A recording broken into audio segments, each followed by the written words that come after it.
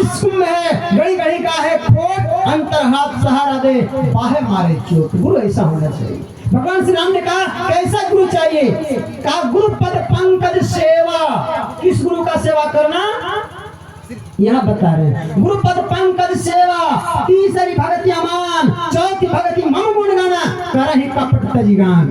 किस गुरु के बारे में? कहा जो गुरु कमल के समान है। चरण गुरु पद पंकज, पद पंकज अर्थात जो गुरु कमल के समान है। कमल की क्या विशेषता है?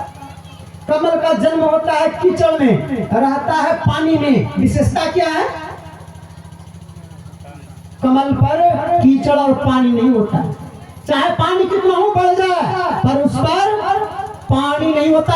वो हमेशा पानी से ऊपर उठ जाता है। और कमल कभी अपवित्र भी नहीं होता। उस कीचड़ वाला कमल भी भगवान के सिर पर चढ़ता है। जिस तालाब में, जिस नदी में, जिस पोखर में कमल का फूल खिलता है, वो पोखर शोभायमान हो जाता है और लोगों को आनंदित कर देता है।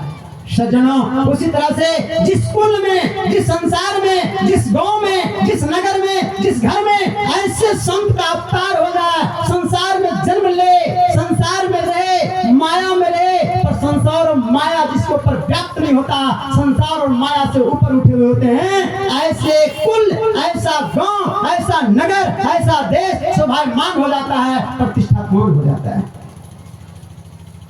उनके पास माया तो आता है, लेकिन माया उनको रोक नहीं पाती है। उन माया के ऊपर उठ जाते हैं। करोड़ों लाखों चढ़वा आता है, लेकिन बड़ी बड़ी व्यवस्था करके लोगों को सुखी करते रहते हैं, आनंदित करते रहते हैं। ऐसा गुरु मिल जाए तो उनसे दीक्षा लेकर के मंत्र जाप मम दृढ़ विश्वासा, दृढ़ता के साथ जप करना।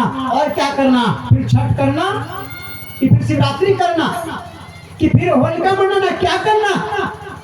कोई व्रत करने के लिए, कोई अनुष्ठान के लिए भगवान श्री राम ने नहीं कहा। नव भक्ति में से आप संसार का किसी भी आडंबर की बात इसमें से आप बता दीजिएगा।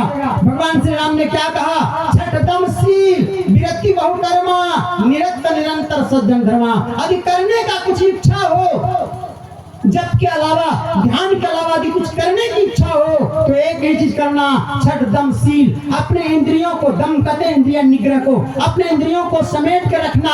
अभी आप सुन रहे थे हमारे अनुज जी संतु बाबा से, भगवान श्री कृष्ण ने भी यही कहा, श्रद्धावान लभ्यते ज्ञानम तत्पर समेत इंद्रिय ज्ञानम लब्ध्वा परम शांति मचिरणादि गच्छति। यदि ऐसे गुरु मिल जाए तो श्रद्धावान होकर के उनकी सेवा करना, पर इंद्रियों को संयम में रखना, इंद्रियों के अधीन होकर के मत करना कि जो मुझे अच्छा लग रहा है वही मैं पेश करूं। उनकी अनुकूल देखना, माता पिता क्या चाहते हैं, सास ससुर क्या चाहते हैं, गुरु जी की क्या आवश्यकता है, गुरु का क्या आदेश है, उनके अनुकूल गुरु का अनुकूल होना। पर आज जितने भी लोग हैं अपने अनुकूल गुरु खोजते हैं, आज अपने अनुकूल खोजते हैं। 6 महीना हमको कहाँ छूट सकेगा। और कुछ ऐसे गुरु हैं, तुम कुछ भी खाओ पियो, कुछ भी करो, बस मेरे यहाँ खाली चिट्ठा लिखा लो, हम उड़ाएंगे, फिर तुमको मुक्ति मिल जाएगी। क्या आपको संतवाणी पर भरोसा है? क्या आपको रामायण पर भरोसा है? और जब रामायण पर भरोसा नहीं है, संतवाणी पर भरोसा नहीं है, रामकृष्ण पर भरोसा नहीं है, तो रमन पर क्या भरोसा कीजिएगा? झूठों का पकवाइएगा। यदि भरोसा है तो आज आप ठोक करके ठीक कर लीजिए। छठदमशील विरति बहुकर्मा, निरत निरंतर सज्जन धर्मा। बहुत सारे कर्म कांड से विरत हो जाना, अलग होना और निरंतर सज्जनों का संगति करना। नित्य प्रति दर्शन साधु के और साधु के संग, हमेशा साधु का संग करते रहना। साधु आवत देख के चरणों लागो धान, न जाने कित भेष में नारायण मिल जाए। मैं आप लोगों को एक और ठोक बजा करके निर्देश करता हूँ। सज्जनों, कभी 3 आदमी से परीक्षा मत लेना, माता पिता से और गुरु से, साधु से। इसकी कभी तुम परीक्षा लेने की इच्छा भी मत करना, कभी इनकी जांच मत करना कि सही है कि गलत है। क्योंकि जो कोई कहे साधु को चिन्हना, तुलसी हाथ कान पर गिनना।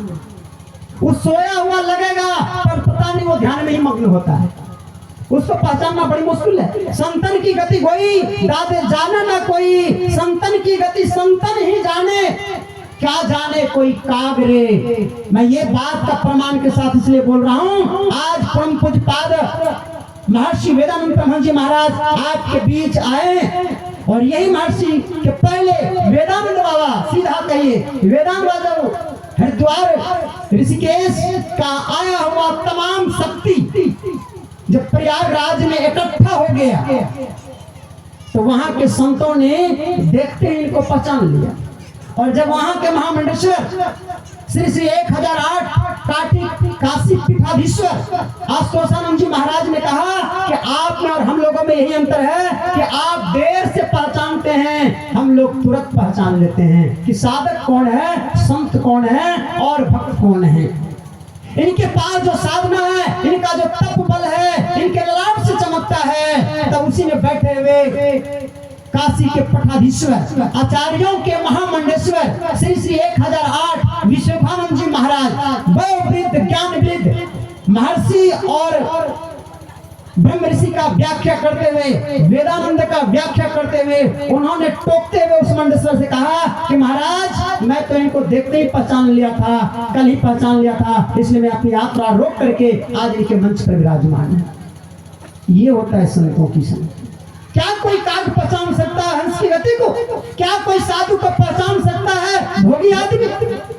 हमारे गुरु महाराज कहते हैं सब संतन की बलि बलिहारी। उनकी जो बलि है, अपनी सुखों की जो बलिदान किए हैं, जो अपने वैभव का त्याग किए हैं, क्या तुम उसकी पासन में भी खड़े हो सकते हो? क्या केवल गेरुआ वस्त्र पहन लेने से कोई साधु हो जाता है? अरे नहीं होता। तो आपको पहनने में कौन मना करता? जरा पहन करके देखो। क्या कम समझ रहे हो तुम इसको? जरा छोड़ के तो देखो। एक शाम भूखे रहते हो तो पता चल जाता है, एक कपड़ा में रहते हो तो पता चल जाता है। अरे बहुत कुछ छोड़ा है और कुछ छोड़ना बाकी है, छूटेगा। आपकी मदद की जरूरत है, आप उससे मदद करो ना, आप उसको सावधान करो ना। आप तो उसको परीक्षा लेने के बजाय उसको नरक में ढकेल देते हो।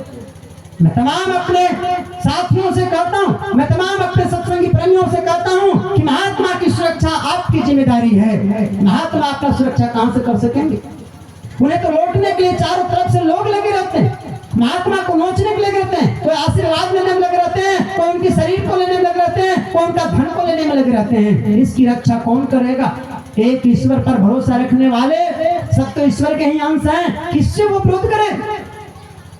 तमाम तो लौटने में लगे रहते हैं। लेकिन यदि आप सच्चे साधक हैं, यदि आप सच्चे सत्संगी हैं, तो आपका भी कर्तव्य बनता है समेत इंद्रिय, अपने इंद्रियों को संयम में रख करके यदि किसी की इंद्रियां भटक रही है उस पर लगाम लगाना चाहिए। आपको याद दिला दूं, एक फकीर से किसी ने कहा कि महाराज आप विवाह क्यों नहीं किए? उस फकीर ने कहा क्या करे जी, मुझे दो भूतों से लड़ने की ताकत नहीं थी। कहा दो भूत? घबराया। कहा एक तो मेरा मन भूत है और दूसरा जो आएगी उसका भी मन भूत होगा, कि दो भूतों से लड़ने की ताकत हमने कहा। जब ताकत हो जाए तो फिर दो भूत के बदले 10 भूत से भी लड़ेंगे। तो एक तो अपना ही मन भूत होता, एक तो अपने इंद्रियों पर संयम नहीं रख पा रहे और उसके साथ किसी की इंद्रियां मिल जाए तो कहां से संयम रख पाएंगे?